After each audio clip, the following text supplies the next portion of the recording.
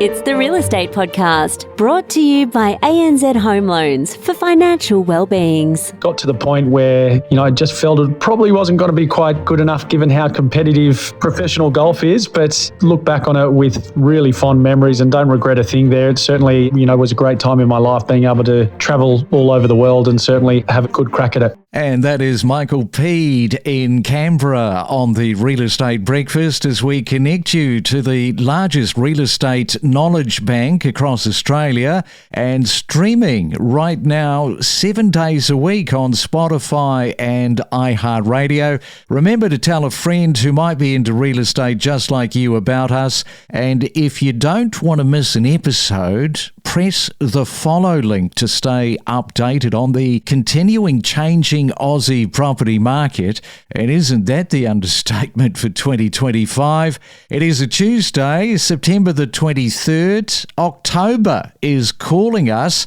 And if you are selling at the moment, where is the hot market for days on market? Properties in Adelaide, they're now selling in about 23 days on average, while in Brisbane it's taking around 29 days. Nationally, the average time on market is 36 days, about 3% longer than this time last year.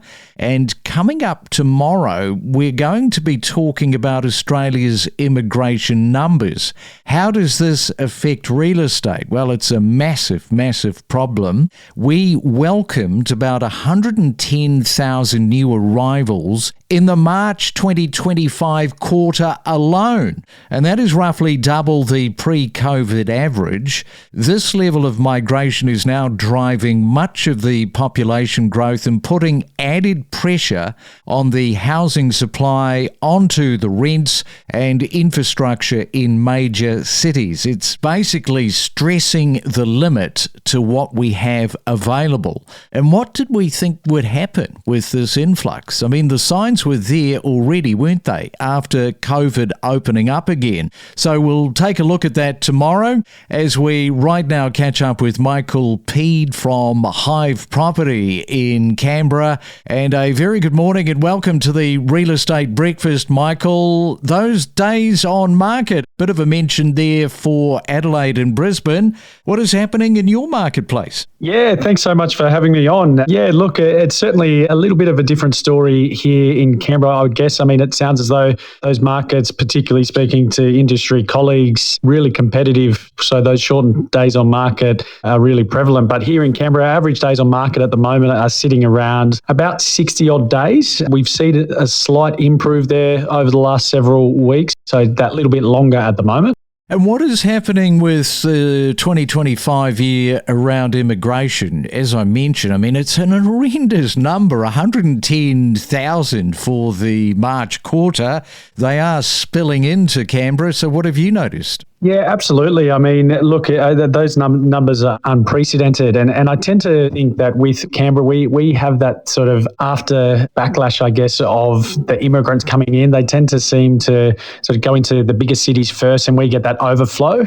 We're certainly seeing numbers increase, open homes, and have done trending for the last couple of months. And certainly as we're now into a spring market, we're definitely seeing those numbers certainly increase. And immigration, I have no doubt, is having an impact on that as well, for sure. Now, I mentioned today is the 23rd of September. October is racing towards us. First home buyers, they're pretty excited because October the 1st, we've got first home buyers incentive that is here.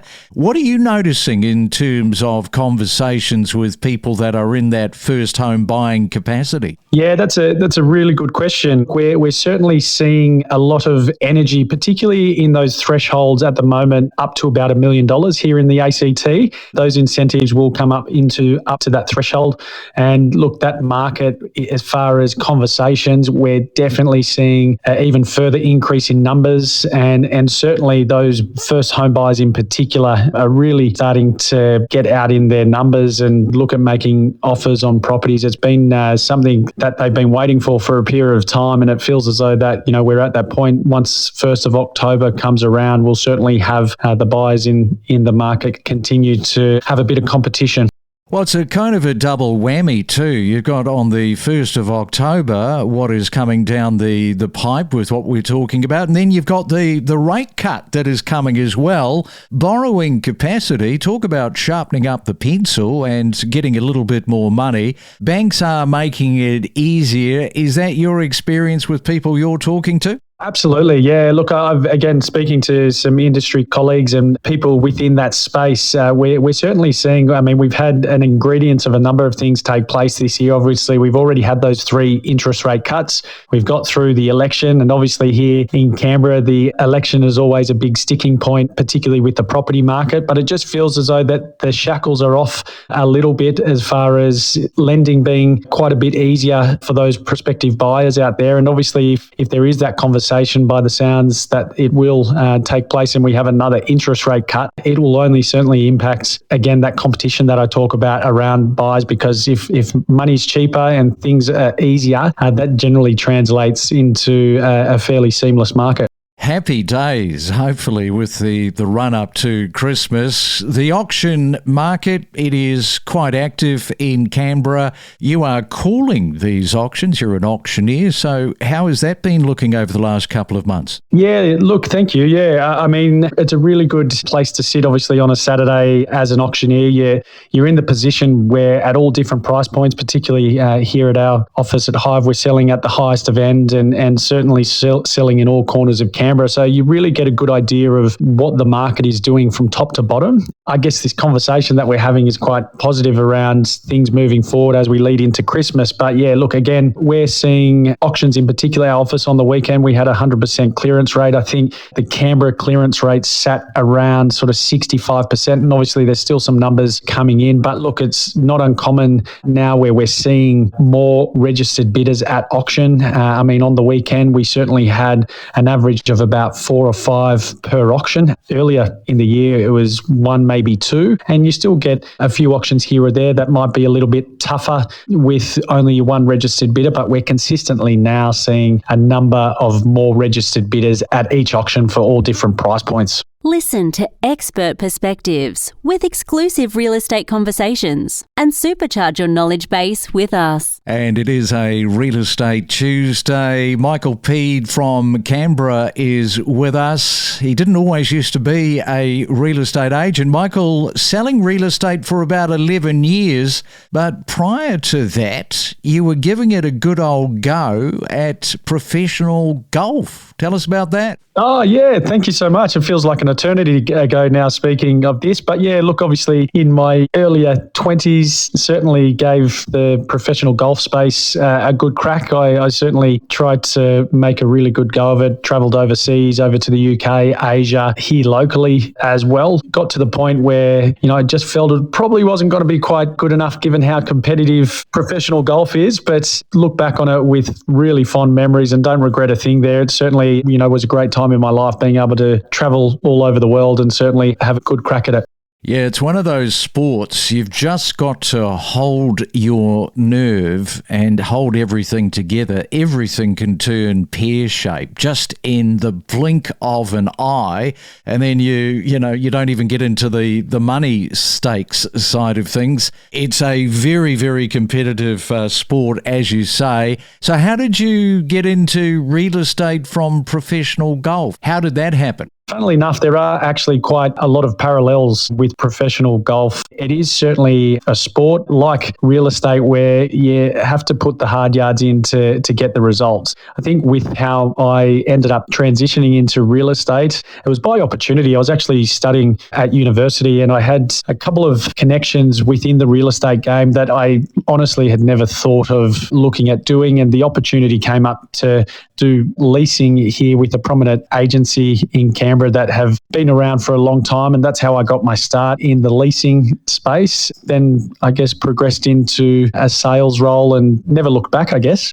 Well, there will be people that are playing professional sport listening and thinking, I wonder if I should get into real estate, because starting out in real estate is really the glamorous picture people imagine. For many, it's financially tough, filled with doubts, and involves grinding away at the basics before you start to build that momentum.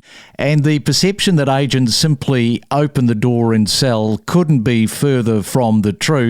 A tip or two, maybe a couple to give people a bit of an introduction that you would say, okay, think about these two things if you want to get involved in the real estate industry. And maybe they're coming from sport, looking for the next thing, and somebody has said to them, you know what, you'd probably make a pretty good real estate agent. I guess the biggest thing, and I do say this to a lot of new agents coming into the industry, and you've touched on it, it is the real fundamentals. And what I mean by the fundamentals, it's getting on the phone, connecting with people, getting yourself out there, making yourself known, because we always talk about it, but it's not about who you know, it's who knows you. And I think whilst your networks and your contacts can certainly add a good layer to your business, it's the real fundamentals, like getting on the phone and grafting away, you getting in front of the people that you want to be getting in front of, and what comes with that is just a lot of hard work, hours, and just making sure you're doing all the little things right. Yeah, and a common mistake for young agents is trying to talk too much, trying to prove themselves too quickly, or even take on a persona that they think that clients want to hear and see.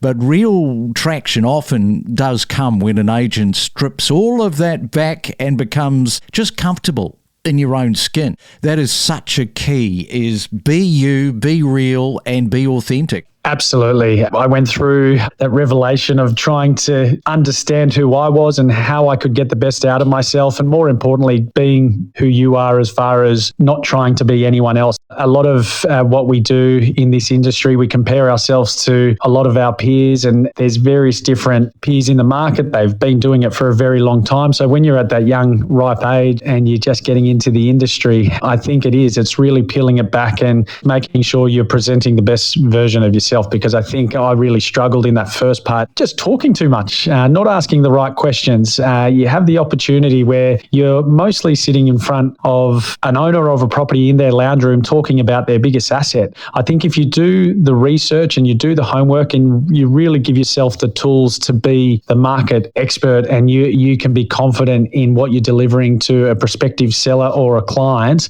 I think that goes a long way, your knowledge in terms of being confident in who you are, rather than pretending to try and be something else.